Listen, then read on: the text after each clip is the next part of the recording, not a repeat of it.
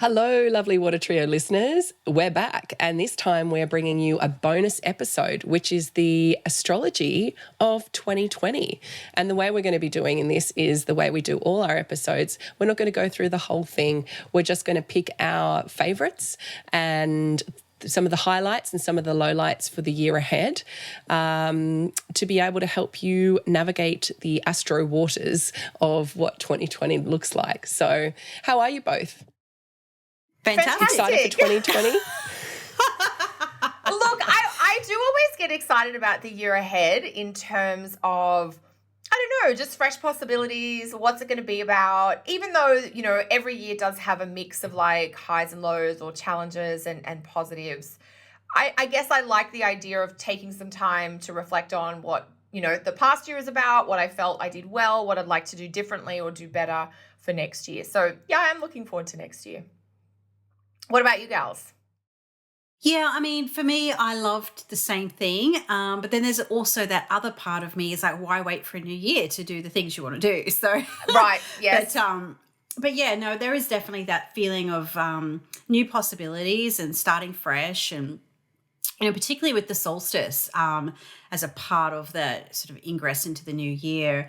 Yeah, just tackling new goals to tackle, new mountains to climb, and yeah, as you said, Kel, the reflection of what's past and what you can improve on, what you'll change, and how you've grown. I think I love to look back. Just before recording, I was looking back at a photo of you and I, Alicia, back in very beginning of January, and just had that thing of like, wow, like what this year has been. That's why, as the Cancerian, I think I do enjoy the little bit of a reflection back. Yes, you're definitely good at holding on to the memories for sure. Definitely. Sure. Yeah. And what look, about this is you, the beginning Alicia? of a new.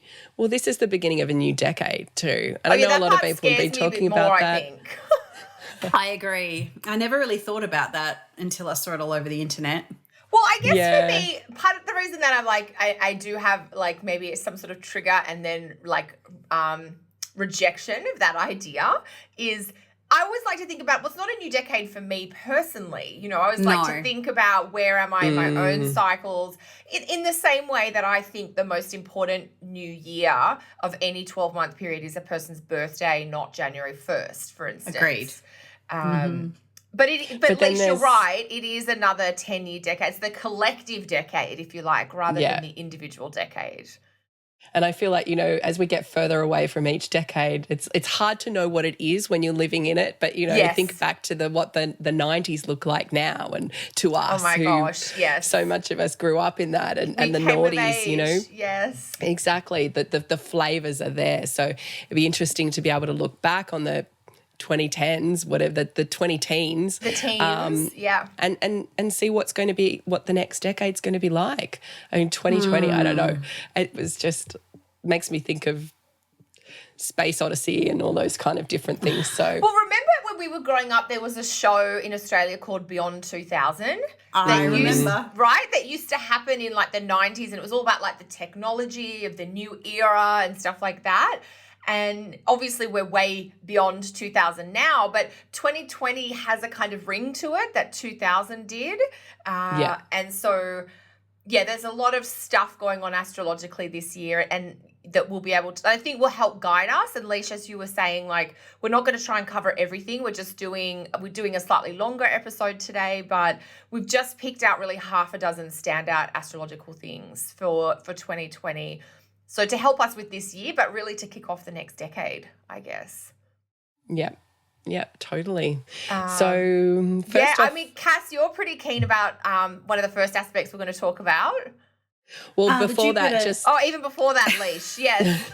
Well, we just wanted to say, because we've already recorded the Saturn Pluto. So not to say that we've forgotten about that, but that is of itself a bonus episode, because there is so much in that, and especially that first couple of weeks of January, first 3 weeks of January, really, the juice that's in there, the change, the possibilities of that whole of January. So for anybody listening, if you want to go back and have a look, we dropped a bonus episode about a month ago, so go and have a listen out for that. But yeah, sorry for interrupting, Cass, and off you go. Thank you, Alicia.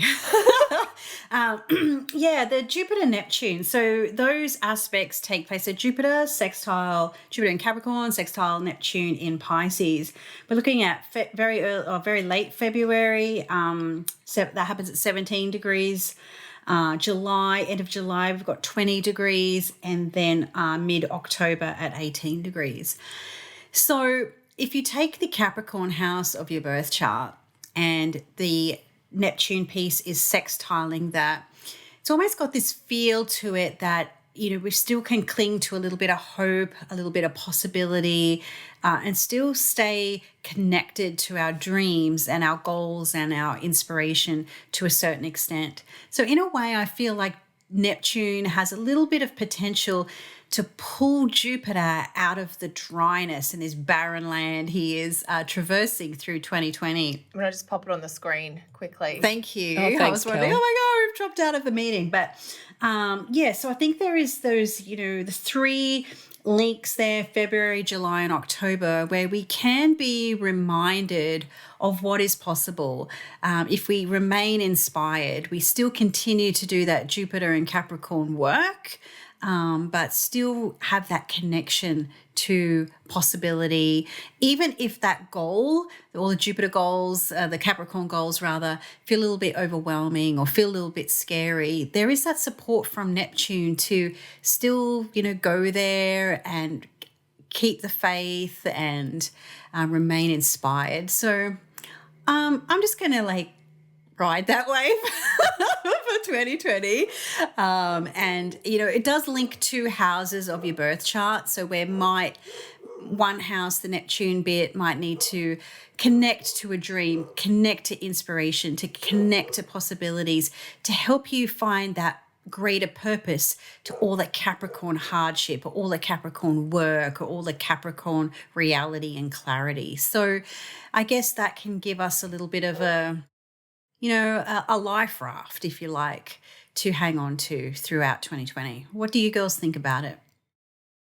Life raft, escape hatch.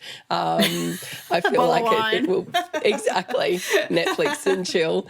I think it'll definitely be that chance to really, pop the hatch on reality for a while, because we will have so much. Exactly. We just will have so much focus on that Capricorn area in our chart this year, really, for all of us. So Neptune's going to be there to, as you say, to bleed the edges a bit, to help things merge and to keep the imagination and the creativity piece of all of this alive. Because if it is all dry, it's all work and no play, whereas this is that piece where we can keep the imagination coming in. I think we were referring to this a bit as I feel like it won't be that different to the Saturn Neptune aspect from last year, make the what were you calling it, Cass? I think make the impossible possible, or like in Mary Poppins said, nothing's impossible. All your dreams are possible. So it's that tangibility matched with the dreams that really can bring things into alignment. And it's a sextile, so both in feminine signs. There's a lot more flow. I think it'll be a really lovely. It's one of the loveliest aspects of the year for me. I'm thinking. So yeah. What about you, Kel? Yeah, look, it's definitely one of the more gentle influences for 2020. I like the piece that you mentioned, Cass, around the connection between the Capricorn part of the chart and the Neptune part of the chart. Those 2 parts of our lives have been quite connected while Saturn has been going through Capricorn, so for the last 2 years.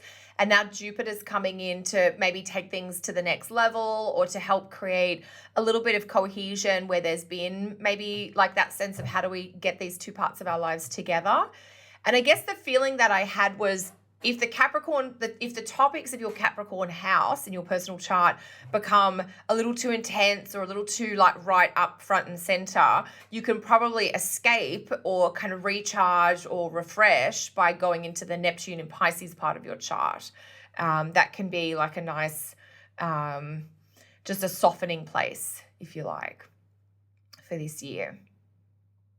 And when did you say the dates were? February? We've got February 21st, we've got July 28th and October 12th. Okay, cool. So that'll be running background all year for people. Yeah. Yeah. So book your holidays then, everyone. Yes. Escape holidays, like retreats to Fiji. Oh, Alicia, I think you're muted, unfortunately. Sorry. There you go. Escape holidays, retreats to Fiji or things like that. Exactly. Yeah. Yeah. Yeah. Yeah. So that's not the only thing happening with Jupiter this year, though, is there? There was a really potent Jupiter-Pluto conjunction. Did we want to talk about that next, or do we want to talk about something different? I think that's what's next on the list. Next on the list? Yeah. Okay. Yeah, totally. Who's going to dive in there? Well, I can dive in, and then I'm sure we'll all have something to say about Jupiter-Pluto. Jupiter-Pluto is such a potent kind of force, that idea of the destroy, rebuild quality of Pluto, along with the expansive, everything is kind of enhanced or amplified of Jupiter.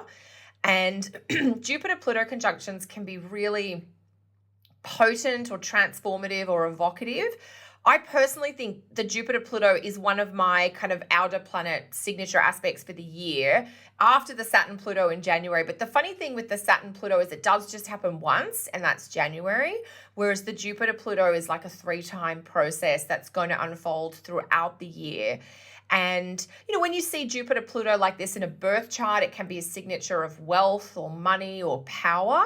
And so I think that's a clue that topics to do with money and power in institutions, which would be Capricorn, but money and power to do with the Capricorn parts of our life, if we bring it right back down to the personal. There is this sense of like tapping into power, but maybe having to cut off things that could be a little bit toxic or might have kind of been festering a little bit. So it's a real mix of things. I like the Jupiter-Pluto from a sense of tapping into something internally and being able to remake a part of your chart, the Capricorn part of your chart, so that it better fits your values, your integrity, or your personal code, if you like. But I feel like there's so much to say about this. I'd love to hear what each of you gals are thinking about this aspect so far. You go, Alicia. I've been actually thinking about how really, we've had Pluto in Capricorn now since the end of 2008. And my feeling is it's like a magnifying glass. It's being brought to this. It's going to expand it, bring it up, open it up to whatever's been going on in our lives around this. So there's almost this feeling of, there's been so much transformation in that really deep Plutonic way of really getting into things, digesting things, processing things. And now Jupiter's going to come up and highlight that. And my feeling is because, we're coming to the end of this cycle now. I mean, Pluto's only in Capricorn for what, another 2 or 3 years, if that. So there's that sense of, okay, this is a chance to really learn the lesson. So I feel like there's like hope through rebirth, but we still have to go through the death cycle, like the dying part to get to the rebirth part. So Jupiter may highlight both sides of that cycle, but that really feeling of hope and optimism that Jupiter can bring. It's like the hero's journey. We're right at the bottom. We're right at the bottom now. We're getting to the sticky bits, and Jupiter's helping us see there is possibility now. We can rise up out of this place. The caterpillar is coming out of the cocoon and ready to become the butterfly, but it's not quite there yet. Things are still being pieced together. And Jupiter progresses things forward. So I feel like this is almost the juice that will help people really push whatever Pluto and Capricorn has been doing for them. Beautiful. What about points. you? Yeah, Cass, what are your thoughts? Yeah, I'm sort of with you, Kel, on the plus, please. I can't even talk to it. What is that? The wealth piece. So right. Jupiter, Jupiter-Pluto is very indicative of kind of, wealth or growth. And this doesn't necessarily always mean practical wealth or physical wealth. We have to look to our personal charts where that can really play out.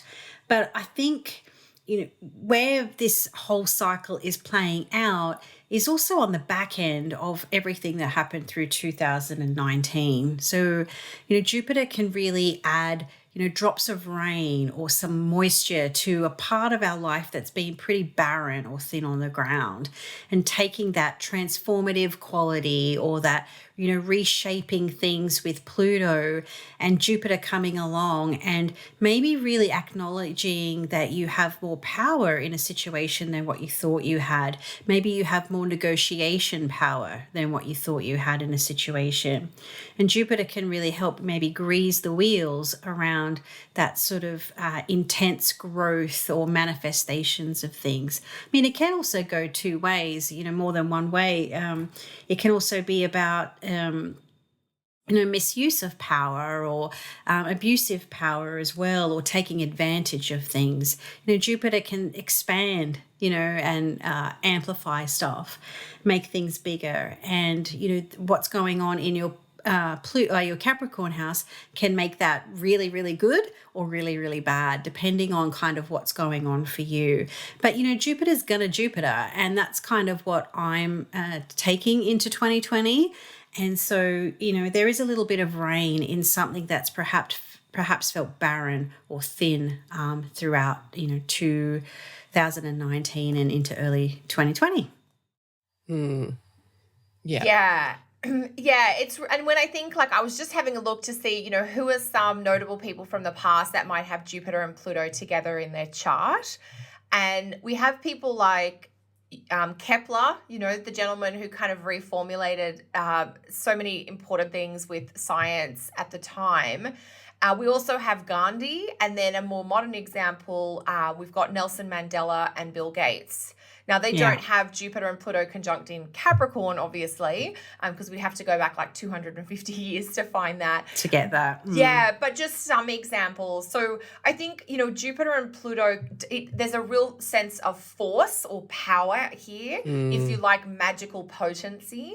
And it's really very much up to each of us to decide how we want to take that energy and use it to transform or to kind of destroy what's not working, to rebuild something that is going to be more long lasting and more sustainable, but more meaningful perhaps. Yeah. Agreed. It's a big. Yeah, so that's what? April, June and November. Yeah. So let's and the November one dates. Yeah. The November one's going to be interesting as well, because that is when Saturn has retrograded back to within, I think it's 3 degrees of this point. So I think it'll be, the other two are kind of on their own, whereas this is Saturn bringing in its influence in as well. So, I just feel this combination. What are you going to say, Lee? Sorry. Well, I just think there's a bit of an obsessive energy to this combination. Yeah, absolutely. Like a zealotry. Jupiter grows and expands. Yeah. Yeah, whatever it touches. So there's this kind of, this zealotry, but it's almost like this obsessive, because it's Capricorn, this obsessive holding on to structure and hierarchies that keep people in power. But how is that going to be swept away? What's going to sweep that away? And especially in our own lives, what do like you guys were talking about, what do our power structures look like? And do they need to exist that way? Where can we bring in more equality? And it may be that, other people have more power than us, or it may be that we're taking on power and we don't even realize it. So if we're kind of going down those power holes and ego holes with ourselves, is to be going, okay, where do we need to pull ourselves back a bit and come back to the reality of it all, the truth of it all? Yeah, that's a really beautiful point, Leish. And we did have some periods in, for people looking back, 2008, where we had Jupiter and Pluto both in Capricorn for a few months here and there, but we didn't actually have, the last time Jupiter and Pluto were conjunct was in Sag. So this is a new energy. Jupiter only meets Pluto every kind of 12 to 13 years. And so there is a real sense of that's something a little significant that's happening this year. Yeah. So that's a biggie. That's a big aspect for people to keep watching, I guess. I mean, how would you guys think about that in terms, all aspects can go within a range of meanings. But how would you girls, if you had to rate it on the scale of good, bad, something positive, of 2020, like how, because a lot of people are like, Saturn Pluto's getting all the bandwidth here on the internet, and I'm thinking, well, Jupiter Pluto have, as you said, 3 times, not one time. Yeah. And Jupiter is the planet that's Saturn kind of is moves into Aquarius for a bit this year, but Jupiter's kind of the most active or movable. It's kind of coming into Capricorn this year and making everything bigger. So it's kind of this uncomfortable planet in the lineup this year. So, I mean, how would you guys rate that on the Richter scale of astrology? No, totally. I think, and it is tricky, but to say like something is absolutely good or bad. But I think to pick up the thread you're mentioning there, Cass, Jupiter-Pluto will be conjunct at 22 and 24 of Capricorn, which is basically where Saturn and Pluto are going to be conjunct earlier in the year. So one thing this conjunction does is it serves to further emphasize a very specific part of the zodiac that is being really active. So if you have any planets in your natal chart or your ascendant or your midheaven, or even your descendant or your IC are around that 22, 23, 24 degrees of Capricorn, Jupiter coming in, I think what Jupiter does is say, there might be a challenge, there might be a pressure, there might be a power play that you're dealing with. But Jupiter is showing you that there is some, whether it's a piece of hope or it's a sense of, I need to deal with this so that I can be living a life that is just much more authentic for me. So there's something, it almost to me feels like an aspect that has some intensity and confrontation that can be a little difficult to stomach in, but it's worth going through because the potential outcome is definitely something that you would want to get, if that makes sense. So to me, it feels like it is actually a bit of both. Yes. Yep. What do you think, Leash? I just keep thinking of Luke Skywalker and Yoda. Yep. Okay. On that planet where, Luke was he was trying to learn to use his power, his mind power, and lift this plane up out of the swamp. And he wanted to do it his way, and it had to be totally about that. And he had this kind, thoughtful, wise master there kind of trying to guide him through it and trying to show him what the truth of the situation really was. And so I feel like, that's what actually Jupiter offers. It brings in some wisdom, it brings in some hope, but it may be that you have to let go of whatever fixed thinking and whatever hole that you've driven yourself down into or back whatever corner you've backed yourself into to be able to listen to that and to be able to open up to that. So, it's definitely, I always see Jupiter as a real wisdom piece. So, and especially in Capricorn, it's quite an ancient wisdom. So it's like, okay, how can I let go of my own need, my own thought and my own worldview to be able to let some of that in. So, So something you said there, Lise, just reminded me. Yeah, I have always thought of Capricorn as being that old wisdom, like from a pagan kind of Celtic wheel of the year type of perspective. And then if we remind ourselves that the original symbol or image for Capricorn wasn't the mountain goat, but it was this mystical sea goat that's like a half goat with like a fishtail mermaid bottom type of thing. And it was this weird creature that had more of a watery, spiritual or intuitive kind of quality. I mean, it is like a creature that doesn't exist between Capricorn and then the Centaur, which is often linked to Sag. These are just sort of the only two signs that have these otherworldly components to them. And so I think there is more to Capricorn than just, power structures and politics and banking industries and things like that. Although I do think we are going to see a lot of shifting of power dynamics there in 2020. But I think that idea is like the personal level, like how can you make the meta micro, which is, how am I doing that shifting power dynamics? And I think that's a beautiful point, Leash, about drawing on that inner wisdom, basically. Yeah, the mystical sea goat within us all. Yeah, okay, actually, so the mythology of that's super cool. It's so if anyone wants to look at that, that'll just plant a seed that'll send people down like a research rabbit hole where they can go and dive into that. Okay. So next on our list, we have. I think we've got Saturn moving into Aquarius. Yeah. Saturn into Aquarius. And that's happening on the 22nd of March. And then July 2. And then so if you're really sick of Saturn in Capricorn, you will actually get a break. You will get a taste of the future. Yeah, we'll get a taste of the other Saturn. Yeah. Especially for those Capricorn. Yeah. Sorry, Kel. No. Just especially for those Capricorn risings and those Cancer risings, and it's like Saturn out of there, hooray, hurrah.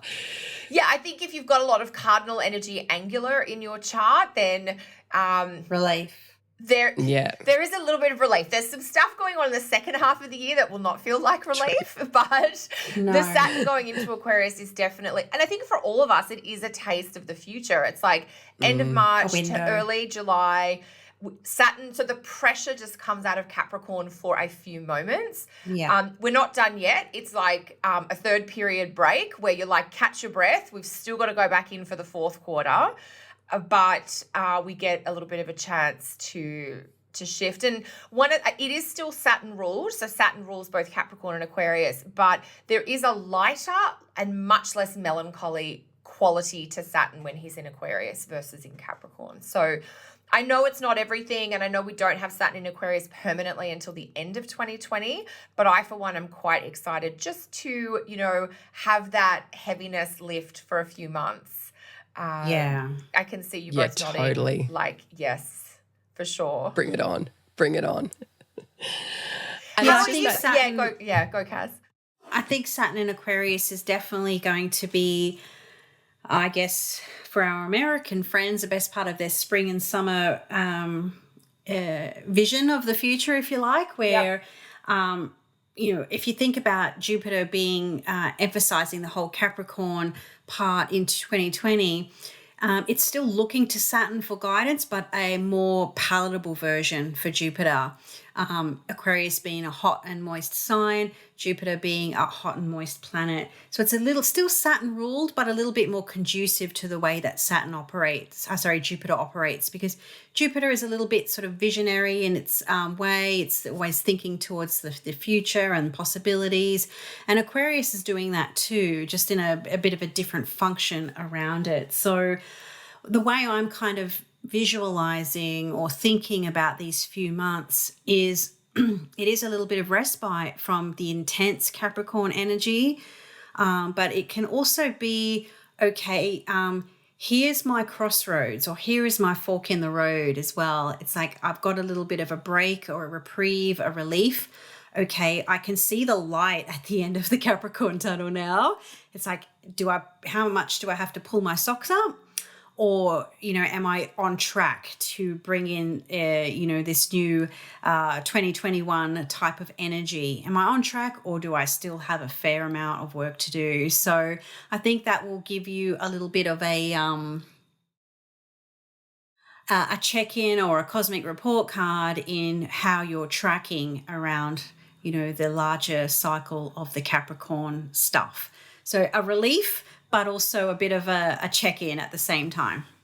Yeah, and I think there is that relief for the cardinal planets. And the one thing that I want to just throw out, and this is like a teaser for stuff for 2021, is that with Saturn coming into Aquarius, it is starting to connect with the Uranus in Taurus vibe. And so if you are a heavy fixed sign chart, so you've got a lot of planets in Taurus or Leo or Scorpio or Aquarius, Saturn coming into Aquarius is actually the start of what the next few years are going to be about for you personally. So there is it is like that transition feeling, and that's one of the feelings I have for 2020 in general is that it's a transition year between closing down of a cycle that's been running for the last 3 years with the Saturn in Capricorn, and then crossing into that threshold of Saturn going into Aquarius, which triggers quite a few things, but certainly, at this point we'll just say it is going to be starting to trigger the fixed signs in a new way. So if you're a strong fixed sign chart or early fixed signs, the first few degrees of fixed signs are really important in your chart, then you're actually starting, a process that you're going to run through into 2021. Yeah. Yeah. Yeah, so many things. Alicia, do you have any thoughts on this one? I just feel like with Saturn moving into Aquarius, I always see, Saturn rules both Capricorn and Aquarius. In Capricorn, Saturn's laying down the boundaries. In Aquarius, he knows where they are and he's working out ways that he can break them or step over them or move around them. And so there's a sense of we've laid down all the boundaries for the last 2.5 years. We've said no to what we needed to say no to enable us to now say yes to some things and to be able to look towards the future and vision what that could be. So in the saying yes, in the saying no, it's like, okay, well, this is where my boundary is now. I'll take tentative steps over it and I'll test it out, I'll experiment, see if it'll work, see if it won't. So it is that kind of, just dancing around the edges energy of Aquarius that I really like the feeling of. So, I do have planets in early fixed signs. So, but, hey, let's just keep rolling with the same Me too, energy. Leash. Me too, my love. I'm like, oh, that's happening. So, exactly. Yeah. Like one part of my chart's happy because the late Capricorn, but another part of my chart is like, oh, we're going down that road. So, Yep. Yeah. Yeah, totally. But that's that transition feeling, I think, is that, a big planet like Saturn going into a new sign just changes the cosmic landscape so substantially. Yeah, totally. And it's going to be a bit of a test as well of that grand conjunction that we'll be talking about at the end, later in the episode, of what that possibly could look like, what that ground might feel like, because that's a huge shift in itself, 200-year shift. So, yes. I know there's so many big shifts. I know. Okay, so that's Saturn going into Aquarius. Next up, we've got Venus retrograde in Gemini. I think before that, do we have the nodes changing signs? The nodes change early May, I think. Sorry, yes. No, that's okay. I know we've all got various pieces of data, so this is a true collaborative energy. I know there's so many pieces of paper. My cat Merlin, she's just off screen right now, but she is just adding her energy to the broadcast. The nodes changing sign. Cass, why don't you talk to us about this? I feel like you're quite excited in this. Yeah, bring us the good news. Yeah, I mean, I think perhaps the North Node going into Gemini is going to take the cardinal edge off. And I think B, going into a fellow air sign along with Aquarius, Saturn in Aquarius, it is going to kind of, bring us out of the earth element, out of the grounded, practical, melancholic reality of things. And, where like that proverbial head down, bum up. And now we've got a few planetary shifts mid-year where we can start to like come back up for air and go, oh yeah, that's what the world looks like again. And start to go, oh, so this is the reason why I've been working so hard, or this is the reason why I've had to deal with this stuff, because there's all this out there. So we're talking air, we're talking connectivity, we're talking ideas and inspiration. And, from an elemental shift, it's a huge energetic boost. It's a huge energetic lift. And I think the node in Gemini, just very shortly after Saturn moves into Aquarius for that little window of time, we've got an overlapping of, the future of what air looks like mid-year. So, if you're mutable, it's going to bring in a new eclipse energy in your angular houses. So that's something to maybe look forward to, or maybe not, depending on how you view eclipses. But what it is going to highlight, if you are a Gemini, or if you've got angles in Gemini, or the other mutable signs of Virgo, Sagittarius, and Pisces, it is going to bring some more dynamic shifts and changes into those 4 pillars of your birth chart, being the 1st house of you, 7th house of other, 10th of career, and 4th of home and family. So that's the area for some scope and change as the node moves into Gemini and triggers off again that transitional energy of eclipses moving out of the cycle they've been into, or where they've been Cancer, Capricorn, and moving into what they're going into being Gemini and Sagittarius. So yeah, we'll start to see a window of possibilities, I feel. Love it. How about Totally. How about you ladies? What do you think about the node in Gemini? I'm just glad to have the South Node away from Saturn and Pluto and out of the cardinal planets. Yeah, that's one of the things I'm super excited about too. And I think it's going to be, it will be really interesting as well because the South Node will now be travelling over all that territory Jupiter in Sagittarius has just been in. So I feel like it's almost like all the things we've said yes to, all the excitement, all the build-up, all the hope and the courage and the confidence, it's like this vacuum cleaner is going to come along and go, okay, well, do we need that? Okay. Let's refine. Let's dig into things a little bit here, and check that everything we've built will really have purpose and have meaning to us as we continue. So we're not kind of stuck in that overinflated place, possibly that Jupiter and Sagittarius might have said. You know, that buffet of crazy that we talk about. Maybe a bit of a cleanup of your Sag house in a way. Yeah, totally. Yeah. I mean, I do agree that one of the big things I'm most excited about with the nodes changing is just to not have Saturn and the nodes in the same axis or certainly in the same sign. So I think there's a collective, and this is what I mean by like 2020 as a year of transition, that there is this collective now pulling apart of that combination which has been so heavy.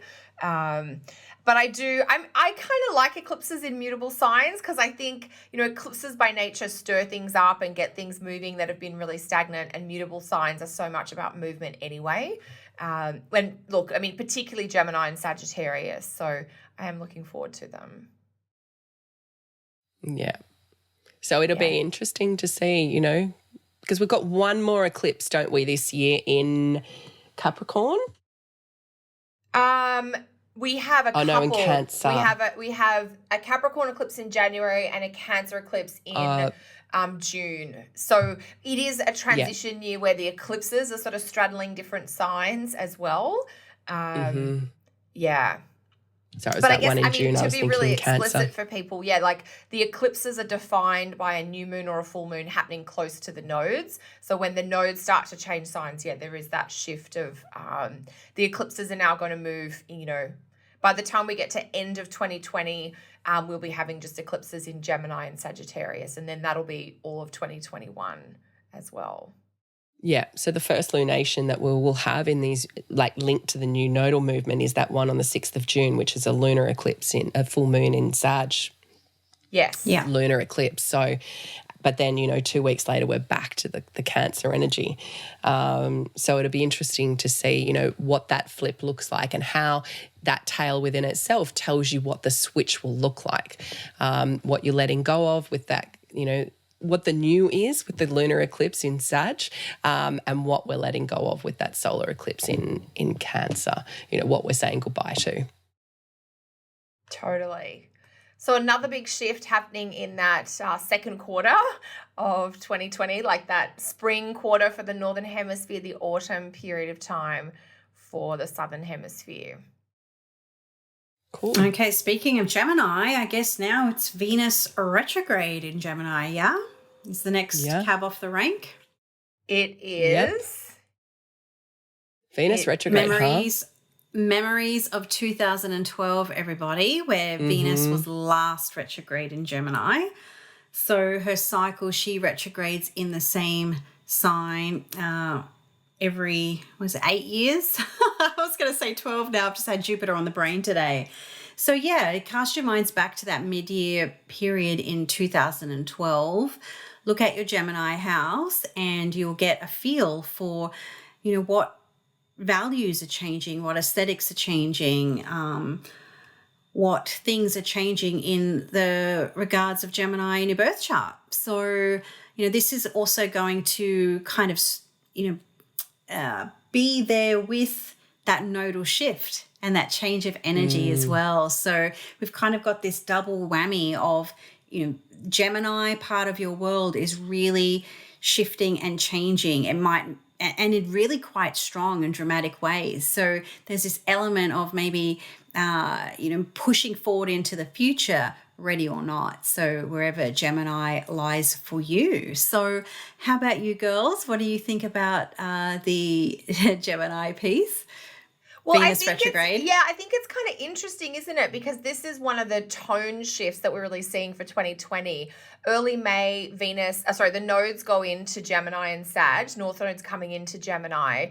And then just a few weeks later, we have Venus going retrograde in Gemini. So we're starting to get a real emphasis on the Gemini parts of our chart. And look, I do have a bit of, I feel like Venus in Gemini is quite fun. It's very uplifting. There's a very social quality to it. It's very interactive. It can really help sweeten and enhance all of our interpersonal dynamics. And we're going to get an extra long dose of Venus in Gemini this year. But the retrograde itself is asking for that reflection and reassessing. And did we give the dates of the retrograde yet? My cat is May just 14 sitting a little bit June. on some of my until end of June 24th or 25th or something. Yeah. So May 14 to June 24. So we're looking at approximately 5 degrees through to 21 degrees of Gemini. Right. So 21 back to 5. Yeah, the one thing I did notice is that the start of that Venus retrograde, Venus will be in a square aspect to Neptune, sort of just before and just after. And so that adds a level, I think, of confusion or uncertainty, or even maybe that tendency of being a bit idealistic and seeing how good things could be. And then through the unraveling of the Venus retrograde, realizing that things might not be quite what you'd hoped. So needing to kind of the feeling I have when I think about this Venus retrograde, the image is like, a ball of wool that's all been mushed up together. And all that mushed up together is like all the entanglements of friendships and different relationship dynamics. And then through the retrograde, trying to kind of pull pieces out so you can see what they're like and how they operate together. Yeah, that's a good point, because the interesting thing too, like, she's retrograding and squaring Neptune. She'll also square Mars. But, yeah. And she'll get wrapped up in that eclipse. Yeah, exactly. But what I love, we're really honing in on Venus this time, aren't we? But I love how, despite the confusion, despite the entanglement or the uncertainty that this retrograde brings, the last aspect she makes while in Gemini is to conjoin the North Node in Gemini. So whatever comes up through the retrograde, there's a push forward and out. And maybe I feel that there's like an essence of leaving something behind with that. So, yeah, interesting. So what did you say? Sorry, Cass, leaving something out? Leaving something behind, or perhaps having to, or even on the more positive side, after the reflection and the renewal, starting afresh perhaps with new perspectives or new ideas around things, particularly if the retrograde is about maybe communication breakdowns or a loss of connection or connectivity with the Venus part of your world. So that last, the North Node conjunction happens at 28 degrees of Gemini. So just as the node is going in, Venus is moving out. So we'll see what happens there. And that must be, I guess, is that in July? August. That happens in August. So the beginning of August, August 5. Yeah. So Venus is in Gemini for quite a chunk of time. So and the retrograde, as you mentioned, that 8-year cycle, it really is like a bookend to cycles that, like 2012, 2020, this is one of the great things astrology does, is it can link different years in our lives that otherwise don't seem connected. So 2012, that May-June period is linked by the Venus retrograde cycle to May-June of 2020. And when I think back to May-June of 2012, that was when there was a big astrology conference. UAC was down in New Orleans. And that was actually when I really got to know some of my best astro buddies now. That was when I first sort of met them and got to know them. So there is sort of that social quality. And we'll all be, well, not all of us, but Cass, you and I will be attending another astrology conference in this Venus retrograde, which will be NORWAC 2020, which is in Seattle at the end of May. No, I'm not going to NORWAC. Oh, I beg your pardon. Okay, sorry. I'm projecting my wishes into this time. I'll be going and I'll see you guys later in the year. Yeah. Well, not unless you're foretelling the future, Kel, but I don't have anything on the schedule. Okay. At this point in time. Okay, so, got it. That's my hopes and wishes coming through right there. Oh, any chance to go back to Seattle, I'll take it. Alicia, what about your 2012 Gemini time? How did that play out for you? I can't really remember because I was in a haze of new motherhood then, but I do remember a previous Venus retrograde, and there is a lot of, oh my God, I'm not going to have any relationships in Venus retrograde, or, a lot of people are scared of meeting people under Venus retrograde. My personal experience with it and what I've seen with some clients is it's a chance to reevaluate how you love and what you deserve and what you are worth. That was one of the biggest relationships for me, was under a Venus retrograde. I'm sure you gals remember exactly the one I'm talking about. And it was a doomed relationship in many ways, mostly because of geography.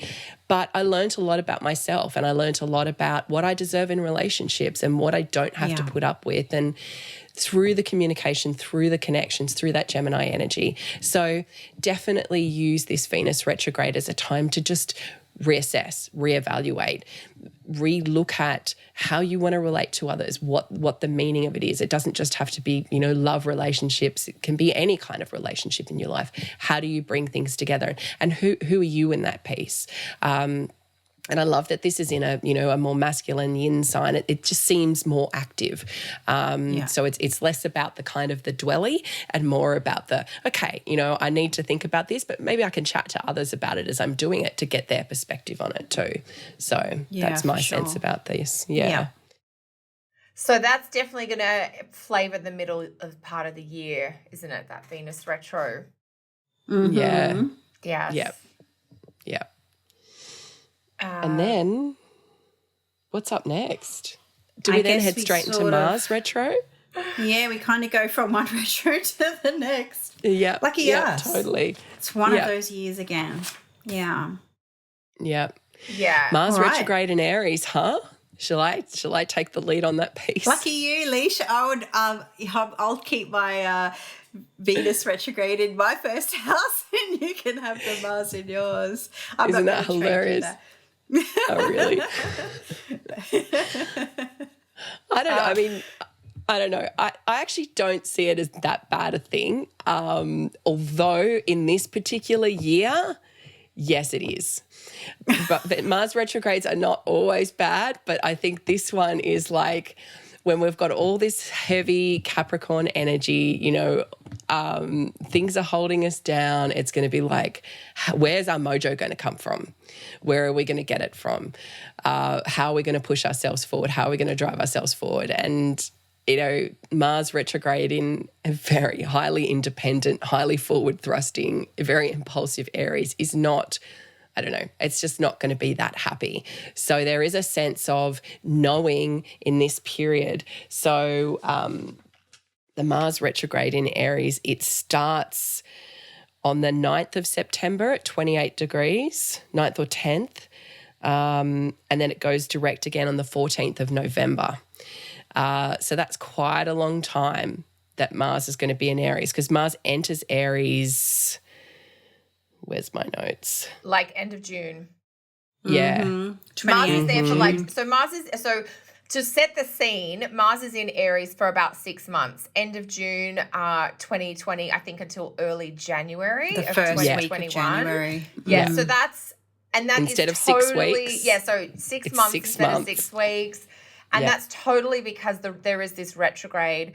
And Mars retrogrades are different from Venus retrogrades. Venus retrogrades are very steady and consistent. It's every 8 years in the same sign within a couple of degrees. Mars retrogrades are much more, if you like, erratic or sporadic. They just kind of bounce around the zodiac in not unusual, but there isn't a steady pattern to it.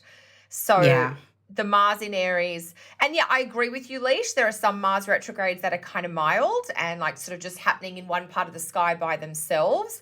But because the Mars in Aries in 2020, it picks up all the cardinal activity, including forming a square aspect to Saturn in Capricorn, which is one of the more difficult types of aspects that can form in traditional or ancient astrology. Like Mars-Saturn oppositions or squares can be that heavier sort of more difficult type of combination. And unfortunately, we're getting 2 of those in that second half of the year. Like, I think between late August, so Mars will square Saturn at the end of August. Mars then goes retrograde in September, and Mars also squares Saturn, I think, late September.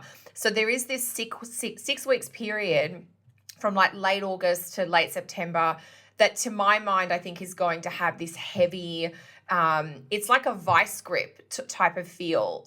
So when I looked at, 2020 and we're looking at best and worst or highs and lows, I think this is going to be one of those more pressured periods, if you like. Mm-hmm. Not that the end of the Mars retrograde is not important, because it is, but the way the Mars retrograde starts with this involvement with Saturn it definitely adds a level of frustration, if you like.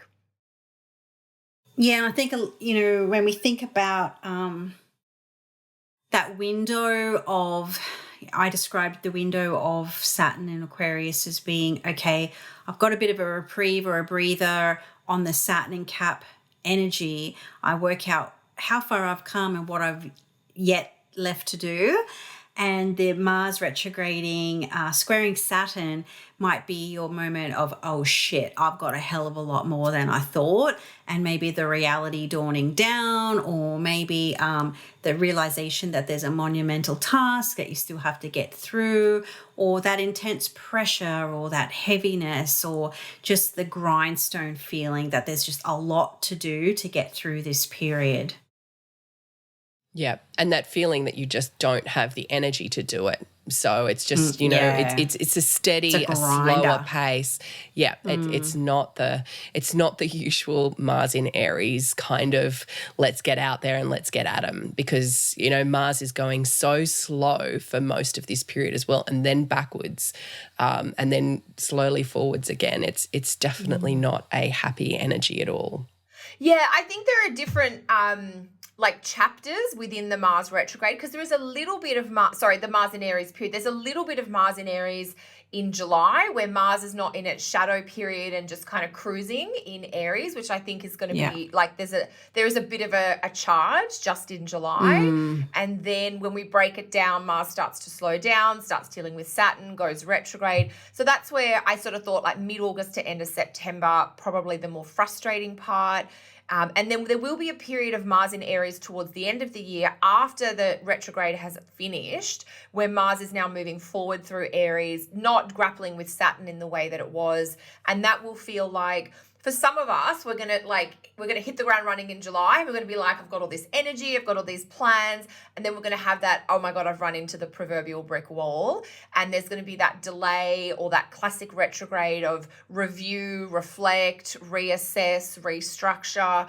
And then, so stuff that you think is going to happen in sort of late July, August might actually take until November, December to come together.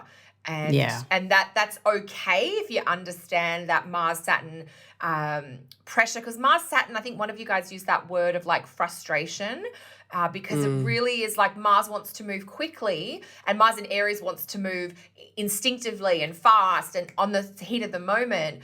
But Saturn in Capricorn, honestly, I feel like my dad is coming through this aspect, because he's always saying, my dad basically has, a tribe of children that are all, none of us actually have Mars in Aries, but we all have that quite independent, sort of headstrong quality of like winging it. We're just doing it. And my dad is this Saturn energy of constantly like, have you thought about it? But how is this going to work? And what is your plan? And what's going to happen next? And that's the interaction here. Like Mars in Aries is the youthful teenager, and Saturn in Capricorn is that wise, older, experienced mentor, whether it's a father figure or just an older person in general. And they're always, grandparent energy. So it's like, how's that really going to work? And, the wise person is sort of like, that young gun just needs to run itself out a little bit, and then they'll realize, the value of planning or what have you. Is Winston okay, Cass? Yeah. Is he giving us his opinion?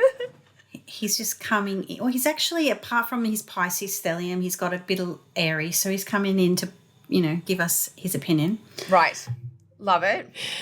It also makes me think about, my toddler and the times that he gets overtired and I have to wrangle him into bed, and he thinks he has all the energy in the world still, but he's butting his head into things and he's tripping over things and doing different things. So that's when, I have to be the Saturn and Capricorn and go, right, buddy, here's the boundary, time to rest, time to restore your body so you can get up and get at him again, after a couple of hours of a nap. Mm-hmm. And then he's up and running around in circles again. So he can't self-regulate, so he benefits from that input of you kind of helping him do what he needs to do, but that doesn't he wouldn't choose to do for himself. Yeah, exactly. Yeah. So this can be for most children. Yes. So beautiful. So there is, I think there's a lot in that that piece around Mars Saturn. Mars retrograde. Yeah. Yes. And the Mars retrograde. But I do think it's important. Yeah, so Mars is in Aries that whole second half of the year. Mars will be retrograde for part of that time. And then there's these different tones based on whether Mars is direct, whether it's interacting with Saturn, whether it's retrograde, etc. But that's a big theme for the second half of the year. Yeah. Yeah. Which leads us into the last one we're going to cover, which is even more of a shift, an energy shift, which is that grand conjunction between Jupiter and Saturn. We don't have anything else before then, do we? That we wanted to cover? No, that's really like the bulk of that second half of the year is figuring Mars. that stuff out. Yeah, going from a Venus retrograde pretty much into a Mars one within a short period of time. Be a big mid-year. Yeah. I can break out one of my favourite lines for Mars retrograde, and a relit cigarette never tastes the same, and that's all I've got to say about going back to exes. That's my favorite. Oh my God. That's my favourite thing ever. I mean, so Venus retrograde is like May, June, and then Mars retrograde is like September, October, November. Yeah. So there's a little bit of transition time in between for other stuff to happen. But two retrogrades, I think, Cass, you might have been alluding to this earlier. We don't have Mars retrograde every year. So every second year we usually get the Mars retrograde tone. And so it just creates a different vibe for the year ahead. Yeah. Yeah. And it'll also be interesting because Mars will be retrograde through Libra season too. So it'll be that, that balance, the opposition there of just, am I being me? Am I putting myself out there? But I don't have the energy to. So let's look at what other people are doing and how my relationships can be. And Yeah. Totally. The we versus me axis. Yes. Yeah. Really highlight that. Okay. Yeah. So, but that does bring us towards the end of the year then. And it does. What do we want to say about, Leash, you were getting into this, so I feel like you might want to kick us off on the December 2020 activity, which for my money is way more exciting and important than anything else that's happening in 2020. Totally. I think it's the thing I'm really most excited about, and it kind of draws that line in the sand. I mean, I'm looking at it from a very mundane kind of world events thing, because the last time we had a shift. So Jupiter and Saturn meet together in the sky every 20 years, but for 200 years, they meet in the same element. So basically, since the early 1800s, they have been meeting in earth signs. And so this is the first time, except for 1980, 81, that they'll be joining in the air signs. So this is setting us up for a whole new 200-year cycle. And in many ways, I'm looking at the mundane because it is such a big time. And, basically the start of the 1800s was the big push in the Industrial Revolution.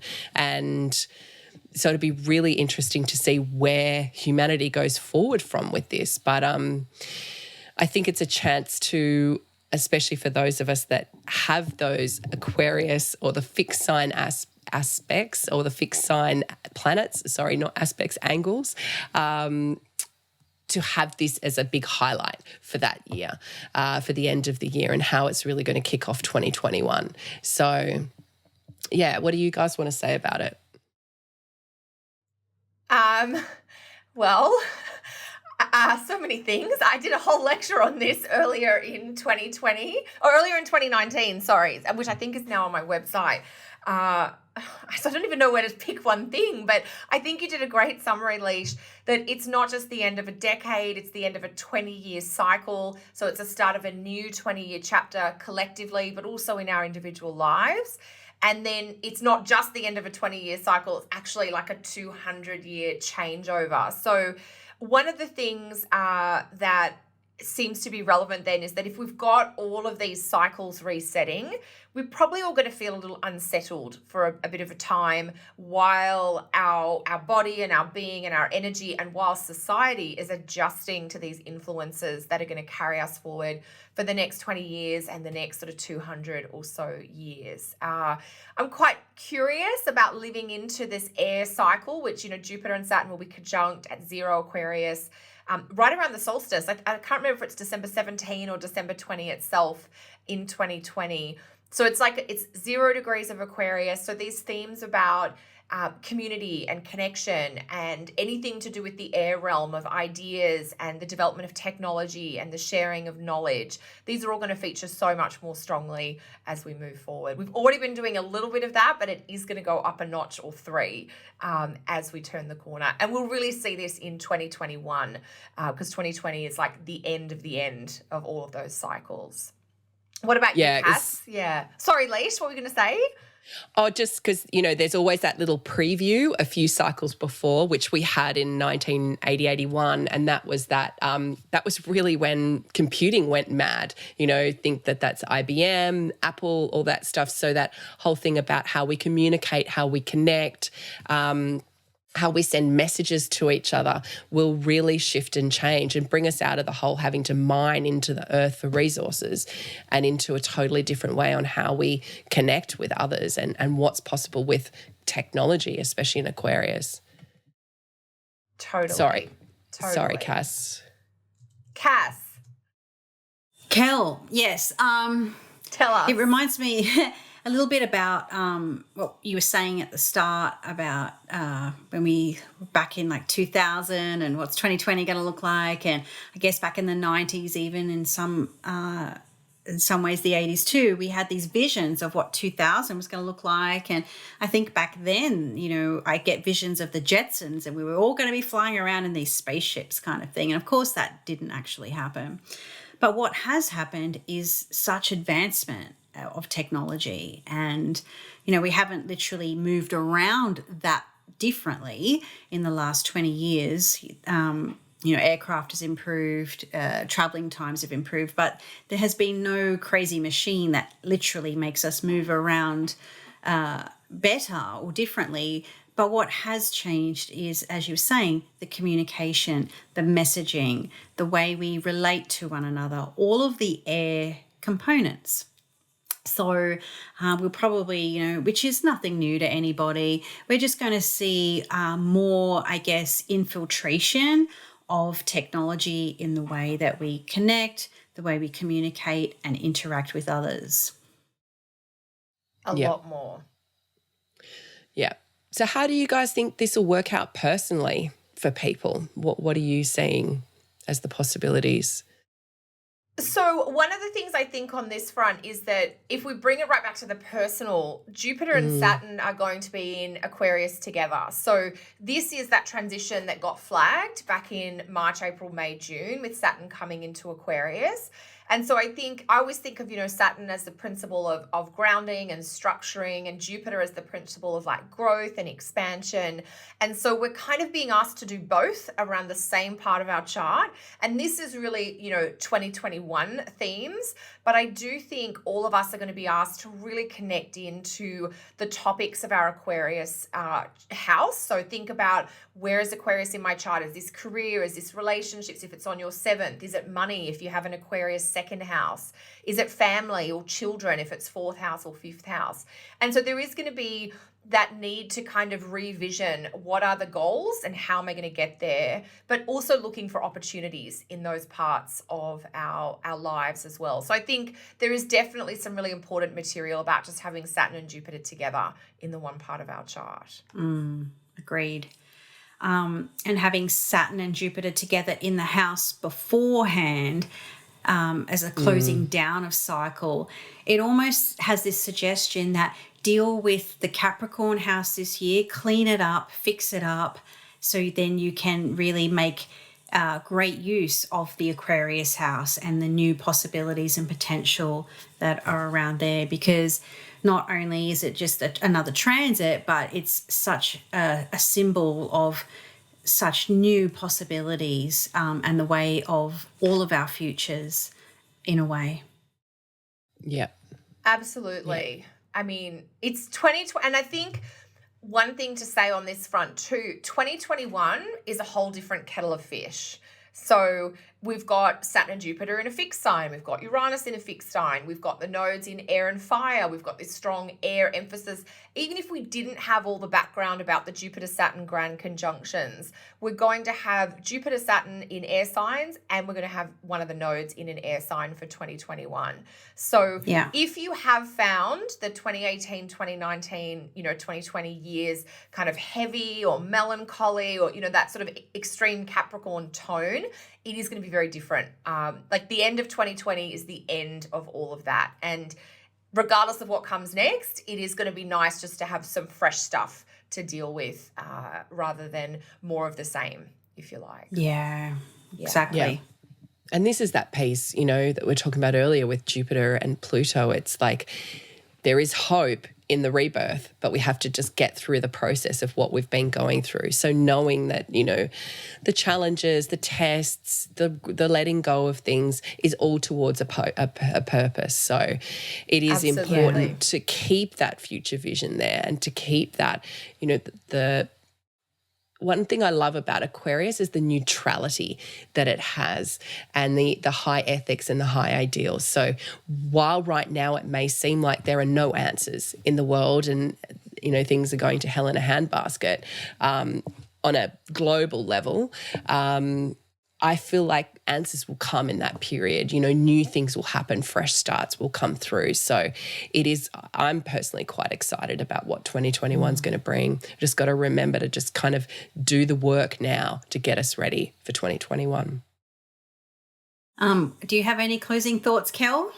I mean, I think that kind of is my closing thought, that 2020 is the last of this extreme Capricorn focus, and that when we get to the end of the year, we're really Pluto will still be in Capricorn, but that is it. Now, Pluto has been in Capricorn since 2008. So, we've had this extreme emphasis on Capricorn since the end of 2017 when Saturn came in. So that is what is ending at the end of 2020. And throughout 2020, we get these progressive shifts where we get the nodes leave the Capricorn, Saturn dips out for a bit. So even when we return to, the Capricorn, the cardinal intensity in the second half of the year with the Mars retrograde and Saturn dance, the nodes are no longer in the picture. And I think that is something, to be grateful for. Yeah, for sure. Yeah, so I think we'll all just keep taking care of each other through the next year, and then we'll be in a beautiful place to see what, the start of 2021, which is this whole new era and epoch,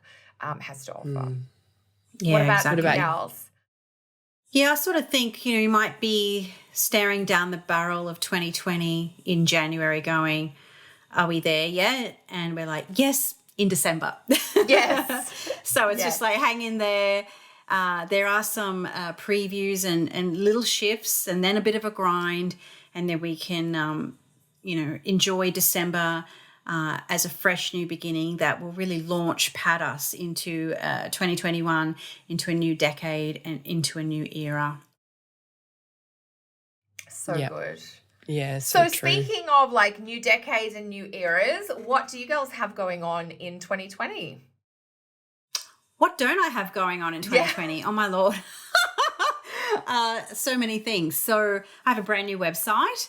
Hopefully, it won't be available like when this goes to air, but by January sometime there'll be a brand new website, brand new members area, be loads of 2020 astrology available if you are looking to get more insight and guidance throughout the year. lots more learning astrology, lots more courses and all the things. So that's all over on CassandraTyndall.com. How about you girls? What have you got happening? Kel? Leash? Oh, okay. So I will be teaching my chart interpretation series as well as my beginner astrology course. They're going to be refreshed and updated this year. So if you're looking to really get some good grounding in these sort of core foundations in astrology, you can pop over to Kelly's Astrology, go onto the Learn Astrology tab. There's the chart interpretation series. There's also all of my online classes. I did a lot of teaching in 2019, and the recordings of everything are available for download. The other thing that I'll be continuing to sort of improve and enhance the offering for is my monthly astrology subscription service. So my monthly astrology guide for all my members. For those of you who would like lots of detail about every aspect every month in terms of some weekly videos, some really helpful PDF handouts, you can sign up for that anytime via my homepage, kellysastrology.com. Just scroll down to the bottom of the page and you'll see the monthly info there. So if you're looking for more astrology, that's a great offering. But the main project for me in 2020 will be writing my book. So that is where I'll be spending a lot of time in the writing cave this year. What about you, Leash? Lots of exciting developments for you gals. Yes. I'm so excited about your new website, Cass. Me too. Yeah. It's been my 2019 pain in the butt. Okay, let's leave that one behind. That's good. Literally. Okay, you, Lishi, what's happening? I'm putting together a monthly webinar series. So every month I'm going to be doing a new topic, a different topic. So keep your eyes peeled for things coming out about that. And I've got my new moon gatherings, which will continue through 2020, which have been, people are really enjoying them and connecting into them. So I'm going to be doing it a bit different this year. There will be a group that will go the whole year. It will be a limited number of spaces and people can join in that. And there'll be a pre-recorded version that people can just download when they're ready. So just to keep an eye out for that. And I'll also be teaching some courses this year. So I think in February I'll be starting the level above. So I'll be teaching a course on aspects and how to bring the whole chart together. So for those who did the foundations of astrology with me, that'll be available in a first intake in February. And I will be at some stage recording my beginners astrology to have available for download from my website too. So Fantastic. Lots of opportunity for people to learn from us astrology in the year ahead. I think 2020 is going to be great. Yes, and we'll have more detail about this as the year goes, but we might have a special event in September of 2020 in the US that we're just looking at. I don't know, do we want to I don't think we're not locked in enough to really announce it yet. We're locked in, but there's no details. No details. That was more just check back early in 2020 for more details. Yeah. For sure. Yeah. Except to say that my husband's giving up our 10-year wedding anniversary for it, so. You better turn up. Come to our US event. All right, well, thanks so much, ladies. And here's to 2020 being an amazing year for everybody. The hard work and the focus gets us through. Fantastic. Well, and we'll be back with all of our regular episodes too. So we look forward to hearing from people. And if you've got any comments about 2020 or any events, I guess leave us a comment below and make sure you subscribe via all the relevant places, whether you're listening to us on your favorite podcast service or whether you're watching us on YouTube. Cool. I wish you all the best for 2020. Okay. May the force be with you. I love it. All right. Bye. Bye.